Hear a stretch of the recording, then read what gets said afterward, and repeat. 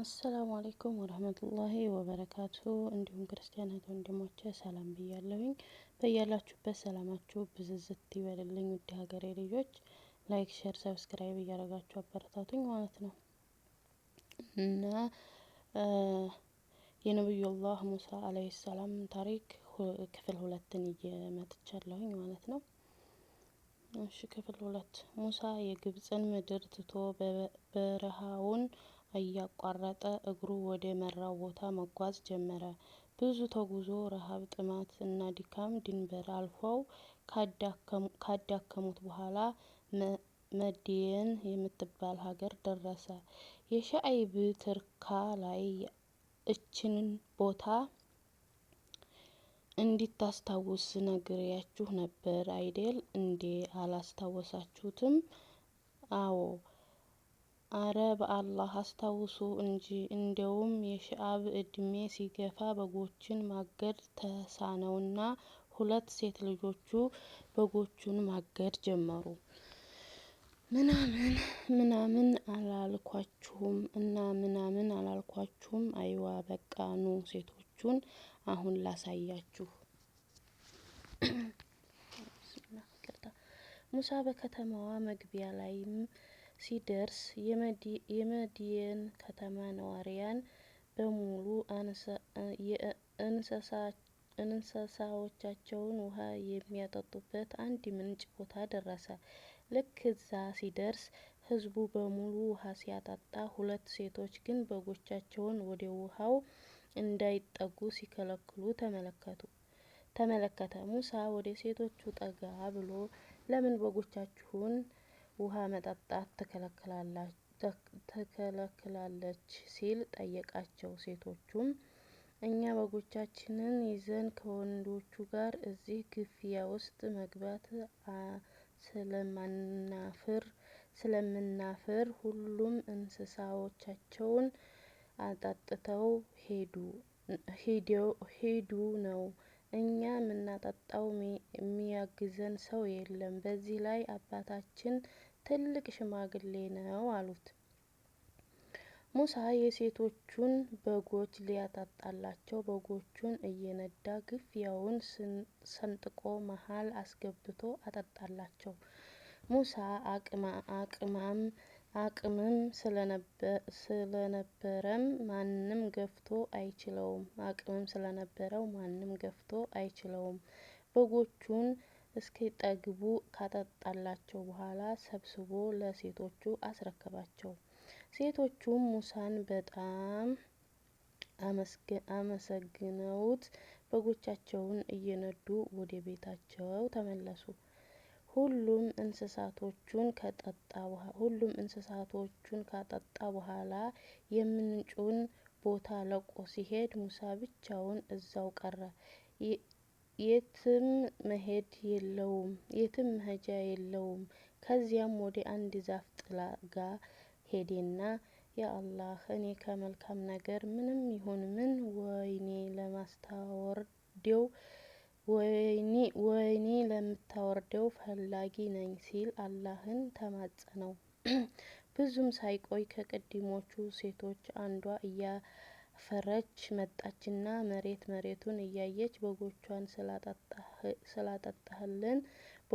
ስላጠጣህልን አባቴ ውለታውን ሊመልስልህ ይፈልጋል። ስለዚህ ና እኛ ቤት እንሂድ አለችው። ያ ሰላም ደስ አይልም በአላህ።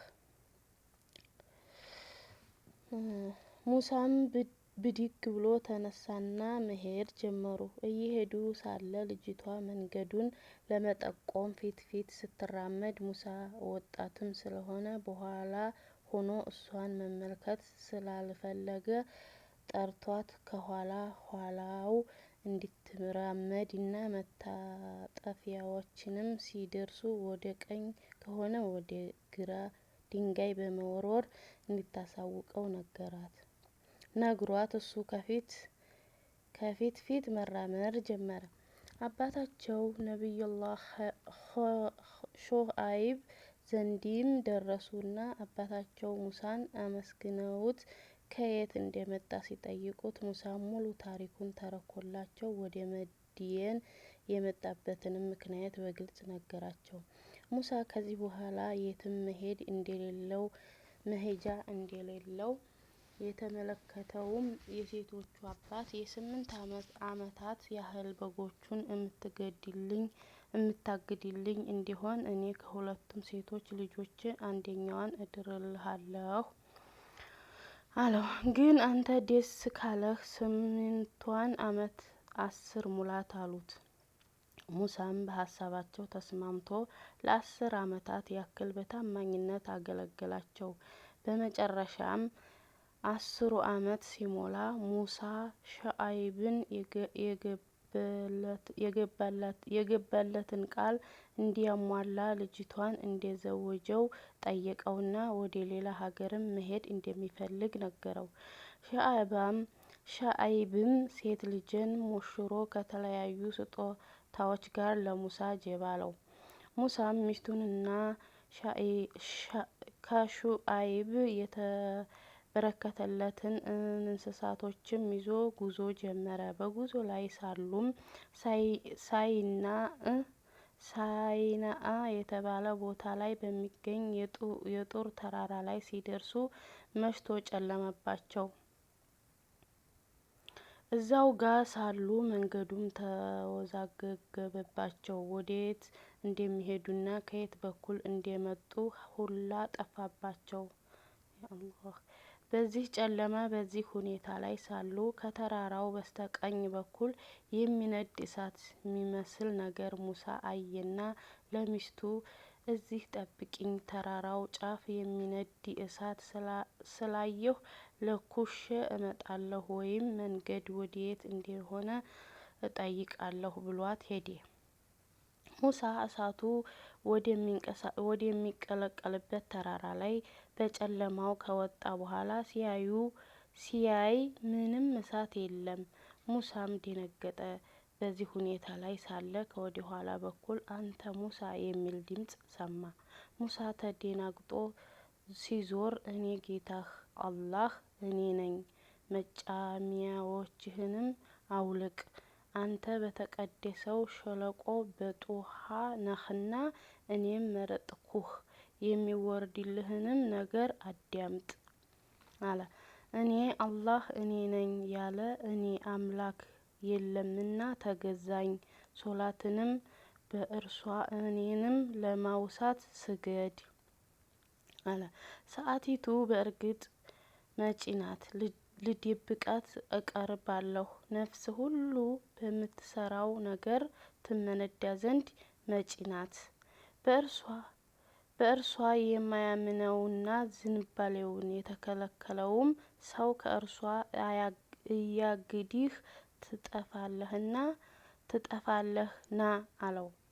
ሙሳ በድንጋጤ ዝምታ ወርሶታል። አላህም ቀጠል አድርጎ ሙሳ ሆይ ይህችም በቀኝ እጅህ ያለችው ምንድናት? አለው።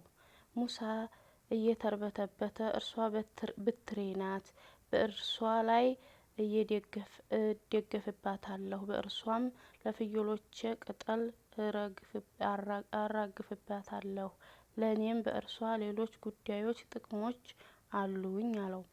አላህም ሙሳ ሆይ በትርህን ጣላት አለው። ሙሳም እሺ ብሎ በትሯን ሲጥላት በትሯ የምትሯሯጥ እባብ ሆነች። ሙሳ እባቡን ሲያይ እግሬ አውጭኝ ብሎ ሲበረግግ አላህ አንተ ሙሳ አትፍራ፣ እባቧን ያዛት እንደነበረች ዱላ አደርጋታለሁ አለው። ሙሳም እየተንቀጠቀጠ እባቧን ሲይዛት እንደነበረች ዱላ ሆነች። ከዚያም አላህ ሙሳ ሆይ እጅህን በብብትህ ውስጥ አስገባ አለው።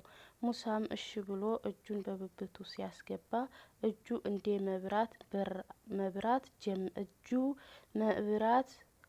ጀመረ። ሙሳ እጁን በዚህ መልኩ ሲያይ በሽታ መስሎት በጣም ተጨነቀ። ያን ጊዜ አላህም ሙሳ ሆይ አትፍራ፣ ይህ ከኛ የሆነ ተአምር ነው አለው። ኢንሻአላህ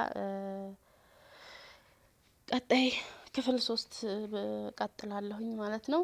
እና ላይክ ሼር ሰብስክራይብ አድርጉ። ቤተሰብ የሆናችሁ ላይክ ሼር፣ ቤተሰብ ያልሆናችሁ ደግሞ ሰብስክራይብ እያረጋችሁ ቤተሰብ እንሆን ማለት ነው። እኔ ወዶች አበረታቱኝ፣ ቪዲዮውልኝ እና በቀጣይ ቪዲዮ እስከምንገናኝ ድረስ የኔ ወዶች አሰላሙ አለይኩም ወራህመቱላሂ ወበረካቱ። ጉንፋን ይዞኛል እንግዲህ እላችኋለሁኝ እኔ ውዶች እና የምታበረታቱኝ ደግሞ ወንድሞቼ በጣም ነው የማመሰግነው። አላህ ያክብርልኝ፣ ከልብ ነው የማመሰግነው። እሺ እኔ ውዶች እና በቀጣይ በክፍል 3 እስከምንገናኝ ያላ ሰላም